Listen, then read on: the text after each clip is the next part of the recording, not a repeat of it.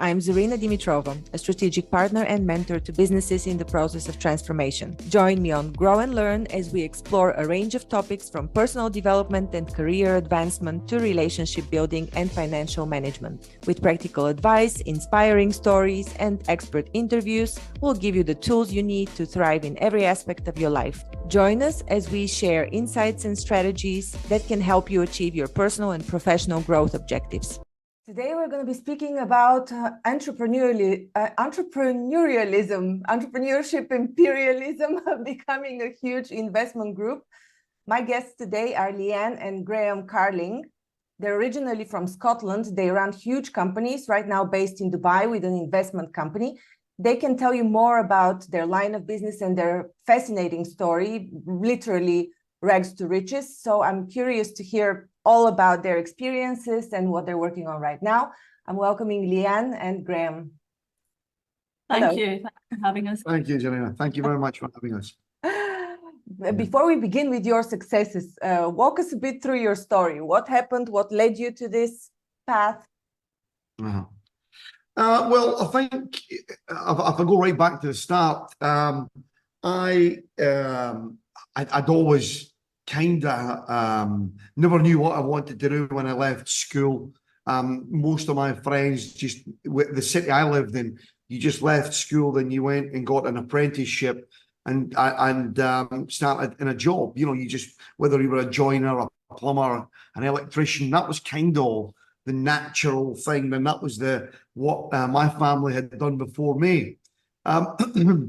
So I didn't know what I wanted to do, but I knew I didn't want to do that, even though when I did leave the school, I did go and I became an apprentice joiner and hated every minute of it. I couldn't work out, you know, for the life of me, who would want to do that for the rest of their lives. You know, it was always, oh well, if you have an apprenticeship and you have a trade, you know, you'll never be short of work and you'll have a job for life.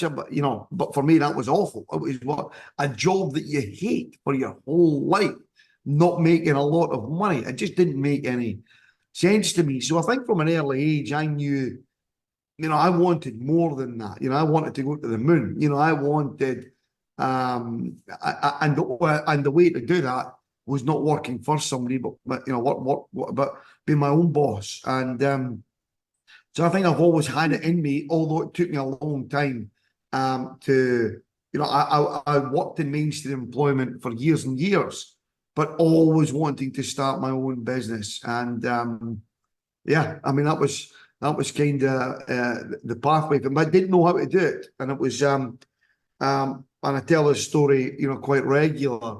In 2002, after my third failed business, I'd quit my job, I'd started small businesses. I caught the tail end of an Oprah Winfrey show, and she was interviewing a guy called Robert Kyosake, and he was promoting his book, Rich Dad Poor Dad. And I had no money, I was skint, I'd lost everything, low ebb, really. And when I read that book, I'd started working back in mainstream employment again, and that book really was a light bulb moment for me, because it really taught me I didn't know anything. You know, no wonder my businesses failed. I had no clue about finances, investing, leverage, debt, taxes, assets, liabilities, really, good debt, bad debt, other people's money. I didn't have a clue about any of that stuff, because that's not what I had any experience in my life, or even been in an environment with people that would have any clue with that. So that was in 2002, and I just embarked on a period of a real sort of, and we still do it to this day, of educating ourselves, financial educating, you know, working with great advisors. And Leanne and I quit our jobs on the same day in 2007. Mm-hmm. Yeah. Just to take you back where I started, so I left school at 16, was very independent, very hungry, bought my first property at 17, and always worked my way up the corporate ladder.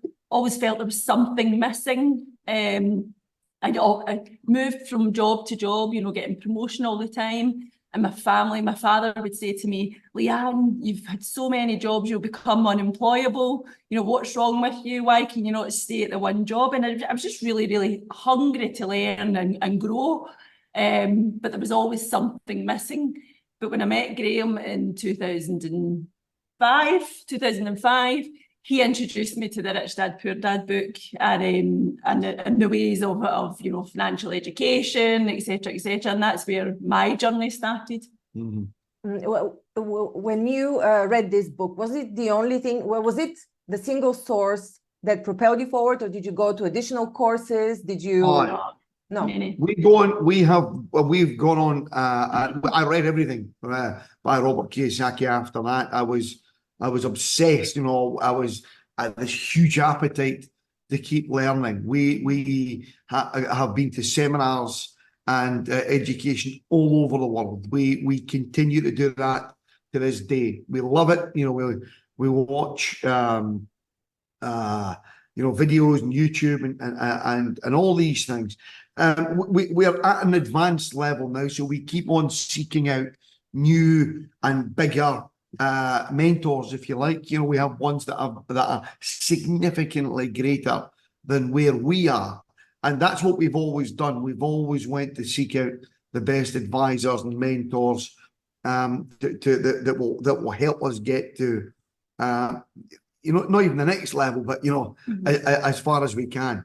Yeah. So what was the first step that you took? Well, is there a plan? I don't remember if I've read the book I regularly watch him on YouTube, but I don't think I've read the book. So what are the steps? What's the first thing? You know, people say, oh, tell me about your first million. I don't care, you know, after the first million, it's kind of easier to scale, but what did you do first? Well, look, I mean, first of all, listen, and you should read the book, by the way. Please read the book, because it's not about steps. It's about mindset. So this was the difference. You can't understand the step. Or intellectually, you can, you know, most people can understand a lot of things, or they can refer to it. But it's emotionally and psychologically, how is your mindset and programmed and thinking rather than the actual steps? And that was the fundamental difference to me, because I had a lot of people prior to that tell me what to do. You know, you know, if you do 1, 2, 3, 4, 5, you'll be fine. I said, why is it not working? I'm doing 1, 2, 3, 4. Because it wasn't that. My context, my mindset was not big enough to really understand and implement steps 1 to 5. So the Rich Dad model was very much about context and mindset rather than content or, you know, a how-to guide. And that was the biggest thing for me. And, you know, straight away, the rich don't work for money. Your home is not an asset. You know, but it was completely different to what I'd been told previously. So it's completely different to what we're taught in schools. It's completely different to what your parents, unless they're entrepreneurs, teach you. So when Graeme mentioned like YouTube and mentors, we have that on all the time, so that it keeps us in a good mindset, that we're not getting battered by all the noise and all the rubbish that's out there in the media. Yeah, Leanne, tell me about your story. Graeme gave you a book when you met. What was the book, and how did it open your eyes? Okay, so the first book that I knew Graeme had read Rich Dad Poor Dad, but the first book that Graeme bought me was Rich Woman by Kyosake. And again, I loved that, and then started reading all the Rich Dad books. I mean, there's hundreds of them, loads of them out there. Great. And then we started playing the cash flow game, which is by Robert and Kyosake. And it's like Monopoly, but 10 times better. And you play it, and it's a bit more real life than Monopoly. And you see your character, you see who you are as a person, as an investor. You know, what you do in the board game is what you do in real life. So if you're a saver, you can see that in the game. If you're an investor, it comes out in the game. So we done that, and we started, and Graeme said we quit our job in 2007, and we started going to many seminars, just educating ourselves on mindset, the market, what do we want to do, and then we put together a plan, a vision, a goal of where we wanted to be in 5 years' time. And we actually, we made that goal within 1 year. So basically, we made a goal that we wanted to be financially free in 5 years, and we achieved it in 1 year.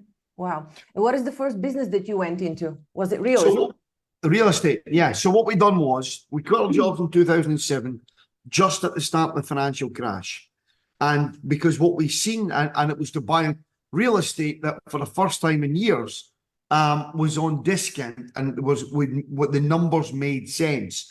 So remember, I was back working from 2002 in mainstream employment. So it took me 5 years, but I was just educating, just get myself really back, rebuilding my confidence, getting some money back, because I was, we didn't have any, and not that we had any much money when we quit our jobs, but what we've seen was the market had changed. And if we thoroughly believed in what we were learning and what we were kind of, studying and what we were in, then it was a good time to get into the property market. We were kind of sitting on the sidelines during the, 2002 to 5, and a lot of people made money at that. We didn't do that because we were absolutely focused on cash flowing properties as opposed to capital gains, flipping properties and all that. We didn't do that. We needed to buy properties that were going to generate income, and we needed enough of them to, if you play the cash flow board game, to become financially free. Your investment income has to be greater than your expenses. And that was quite simply at the start. We needed an amount of money, and we had to get it quickly because we didn't have any money. We had enough money when we quit our jobs to live on for 6 months. So what happened was, the start of financial crisis, we knew the property market because we'd been studying it, and it was a good time. It was a good time to get in. So that's what we done. We bought one single family home. We were able to refinance that immediately. That gave us some cash out. It had a tenant in it immediately, so we had some cash flow, and there was equity in the property because we got it at such a great price from a motivated seller, and we just repeated and repeated and repeated that as many times as we could.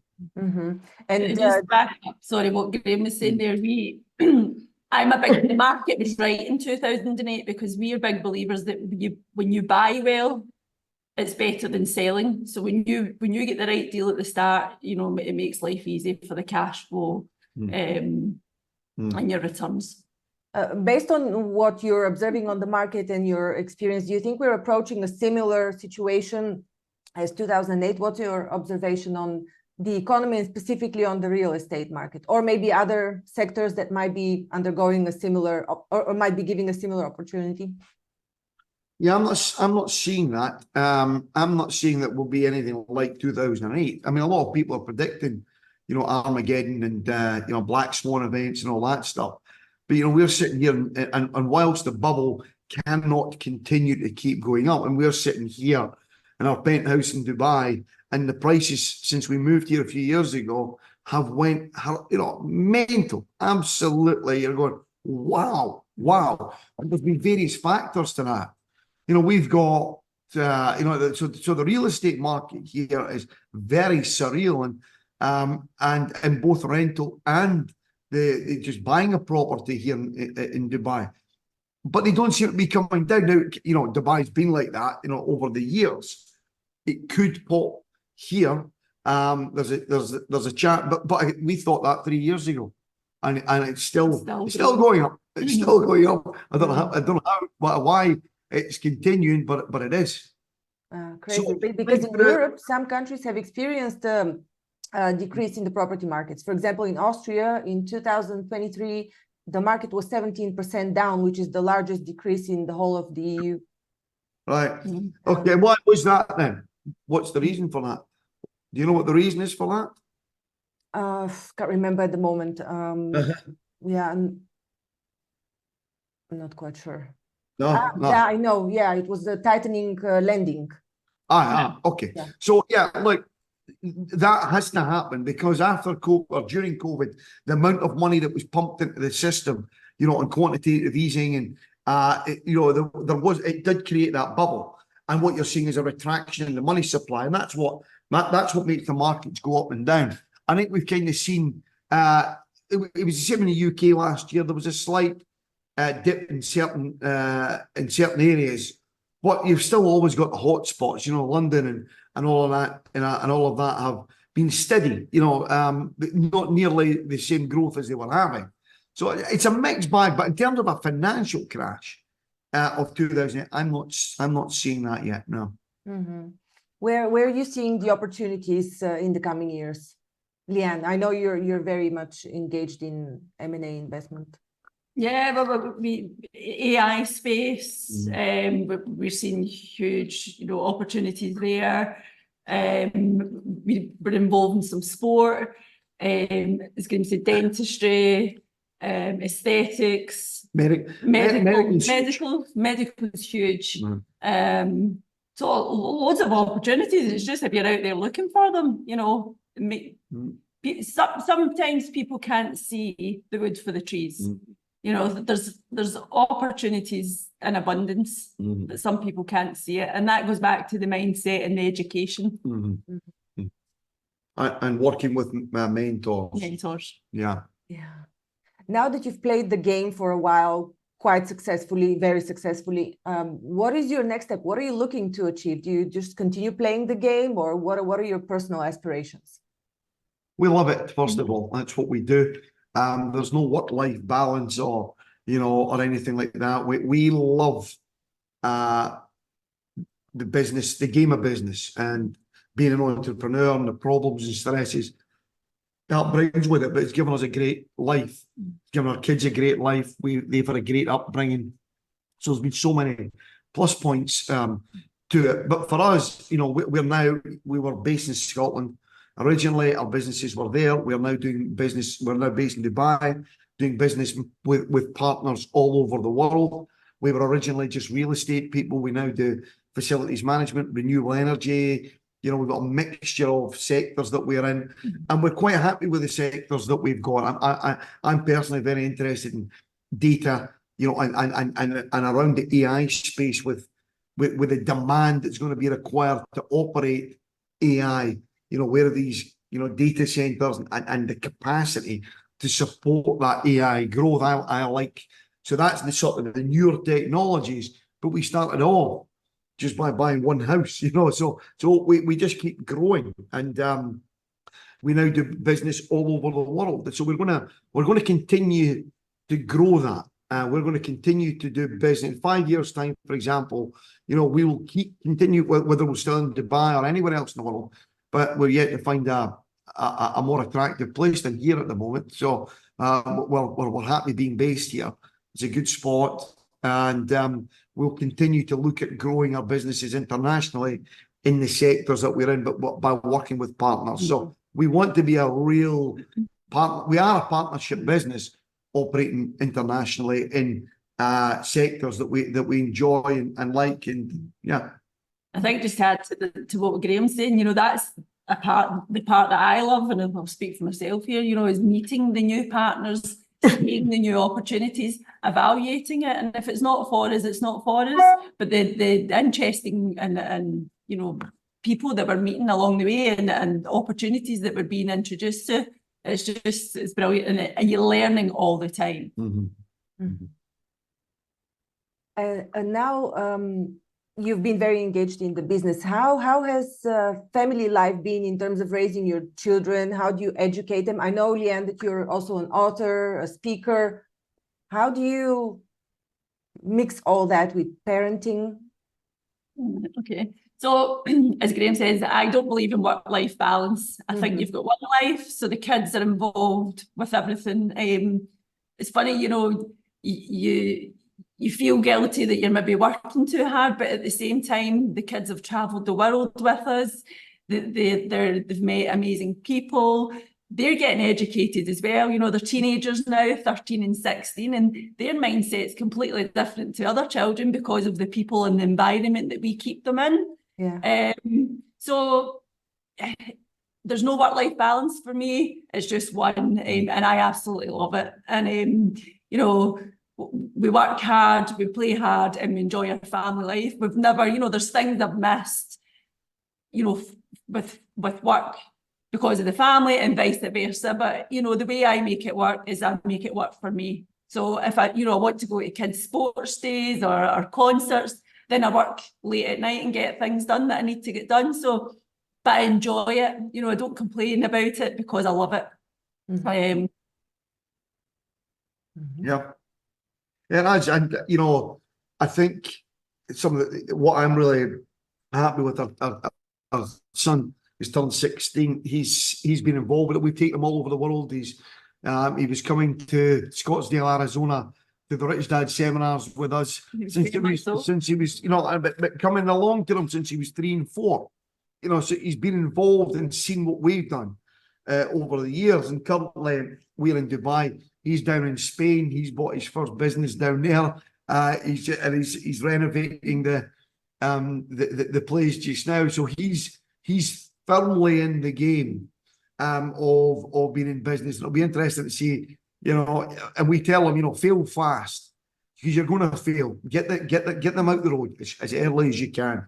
And I didn't fail fast enough. You know, I was worried, and you know, we had to. You're going to fail, so we want to see your scars. You know, get the scars early. You get the lessons. You see how you're going to react to failure and embarrassment and losing money and all that. Just you get out the road quickly, and yeah. And just to go back to, like, we've always got like mentors on the television, you know, on podcasts, etc. So when Mitchell was 14, he asked for his Christmas to go to a Dan Pena seminar for a week. You know, and that's what I'm saying, his mindset's completely different. You know, he didn't, okay, he wanted toys and like all the other teenagers, but that was what he wanted most, and he absolutely loved it. Yeah. Wow. Fascinating. What are some very specific and important mindset aspects that you've gained ever since you started playing this game that you can share with us? Okay. You go. Okay. Well, for me, we say cut quick, you know, so with staff or problems, you know, identify what's going on and cut quick. Sometimes you can be too loyal to the person, you know, an employee, but they're maybe not performing, or they're not fitting in the team. And because of your loyalty to the person, it's costing your business. So I think that was a big lesson for me, maybe last year or the year before, was not cutting quick enough and being too loyal to the person and not the business. I think emotionally, the whole mindset thing, it's so I mean, it's a true saying, you know, you are your environment, a product of your environment. And everybody's trying to give you advice. It's having the discipline that where you can block out most of the noise, because 98% of the stuff you hear on a daily basis, 99% even, is just rubbish. It's a distraction. It is not right. It's somebody's opinion. Not everybody should have opinions, in my view. You know, if they don't know something about something, they don't know anything about it. So why would you listen to them? Why would you go down the pub and everybody's trying to give you advice on something they've never done before and all that? So I think the environment side of it, you need to be really disciplined. You need to get off a lot of the stuff, the distractions, the self distractions. We're always looking to blame somebody else. Normally it's yourself. If you're sitting on Facebook all day, just scrolling through people's rubbish, how is that getting you to where you want to be? You're going to need to stop that. You know, first of all, a lot of people do it themselves. Then they're getting influenced by what other people are doing that are not done where, you know, how is it, what they're looking to do. So it's the discipline in order to do that, and the continued practicing of it, because it never goes away. You know, it's still to this day, you know, that's one of the difficult thing every day. We always ask, is the person that's giving you advice qualified to give you that advice? So are they doing what you want to do or where you want to be? You know, you're not going to take medical advice from your hairdresser, you know, you would take that from your doctor. So are the mentors or your partners qualified to give you the advice?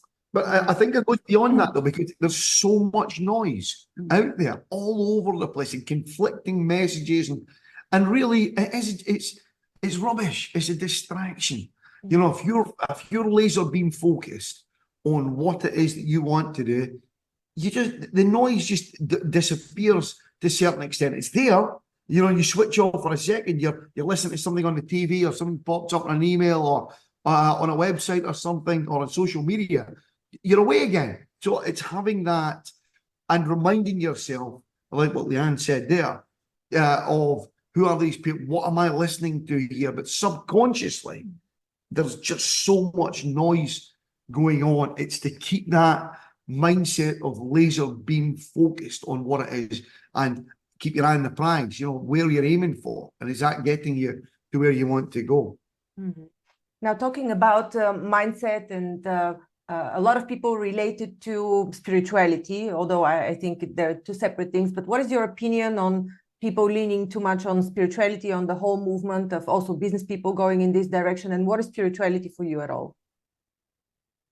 Well, I think for me, and I'll tell you where I am. Absolutely, as you get older, you know, things change. Certainly from a spirituality point of view. And I just turned 50 just last month, so I'm getting older, and I'm more open to these types of things. I'll tell you where I've been though in the past. Zen doesn't pay the bills. Okay, so my focus has been on building our business first. Now, to the detriment maybe, but I've seen a lot of people that have went down the purely spiritual path and have nothing. They have nothing. They have no money. They're still the spiritual, you know, and they're wondering why things are not, you know, they're not feeling good still, you know, and they're absolutely in the Zen and in the moment, and deeply spiritual, but still unhappy because, you know, they have no money. You know, it's just the path, and they're living you know, might be living in Thailand and somewhere, but really zenned in and really but can't do anything with their life because they have nothing. They've got no money. So I think there's a real balance, in my view, and it's my personal opinion. I'd rather make some money once I've made enough money, I'll make money first, then go and, you know, and it's almost back to front. I get it, because it technically should help it. Well, it's what Siddhartha did. Siddhartha Buddha. First, he became rich, and then he decided, okay, now I'm going to explore spirituality. I'd say, and I would agree with that totally. That's where I am. I was contemplating today that spirituality actually, people take it way too out of the physical, while it's actually one thing. Spirituality actually means living a happy, good life, however you understand it. But, you know, if you deprive yourself of certain things because you believe that you need to renounce your body, this is also not spiritual, because you're renouncing your being, your physical being, right? Yeah. Mm-hmm. Yeah. Well, what do you think, Leanne? Well, I mean, I think of spirit. Well, I think more of spirits, and I believe that there's people around you, and you know, so I like all that, and yeah, I do attract a lot of spiritualists and different things, and you know, I love presence exercises, but for me, probably what you said there is, you know, living the way you want to live, and you know, for me, I've got to go up and exercise and feel good about myself and do the things that I enjoy, but I'm not really into it, but I do love this. You know, that there are spirits around you and all that, but that's a completely different story. All right. So what are you, who are you looking to connect with? Let's talk about practicalities. Yeah, what we're looking to connect with, you know, we're looking to do business throughout the world. So we're looking for medium-sized business owners, well-run, well-managed businesses that are looking to take it and scale it up and grow to the next level. Our main fields that we operate in are in healthcare, real estate, facilities management, and renewable energies, We do sport, so we're looking at sports, a new venture for us, and we're in the tech space now around AI and data. So 5 sort of key areas for us. There are some great businesses out there where the owner has maybe, just plateaued, maybe can't take it to the next level. We bring that we bring that experience to the table through our team, through funding, and basically having a clearly set out plan for growth. So we're looking for business owners that are, want to expand their team and be a part of a bigger group. And simultaneously, you're looking for partner investors, I understood. Yeah, I mean, we're always looking, as we're growing our businesses, we get approached regularly from with people looking to invest. We're always, dependent on, normally the deals we do are getting bigger and bigger and bigger. So yeah, we like partnering with people. We put our own money in from our family office, but we look to partner with others that would like to get involved in the sectors we operate it, but more investors that are hands off rather than hands on. We run the businesses. Fantastic. Anything that you'd like to share that I've missed asking you and you think it's worth sharing right now? Yep. No, I think that's right. It's good. Fantastic. So how can people reach you? It's carlinggroup.com? Yeah, the .co.uk, the carlinggroup.co.uk, or they can contact us on LinkedIn, Graeme.Carling or Leanne.Carling. Yeah.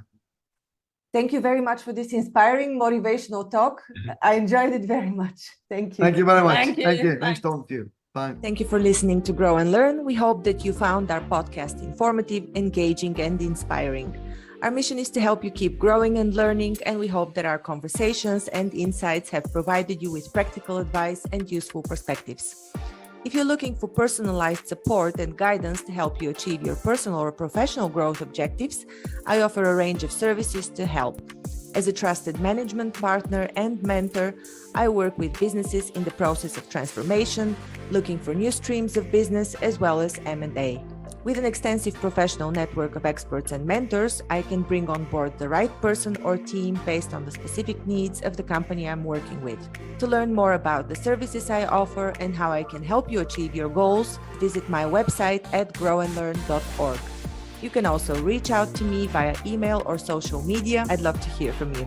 And if you enjoyed this episode of Grow and Learn, please subscribe to our podcast and leave us a review. Your feedback is important to us, and it helps us to continue to create content that is relevant and valuable to our listeners. Thanks again for listening, and we look forward to sharing more insights and perspectives with you in the future.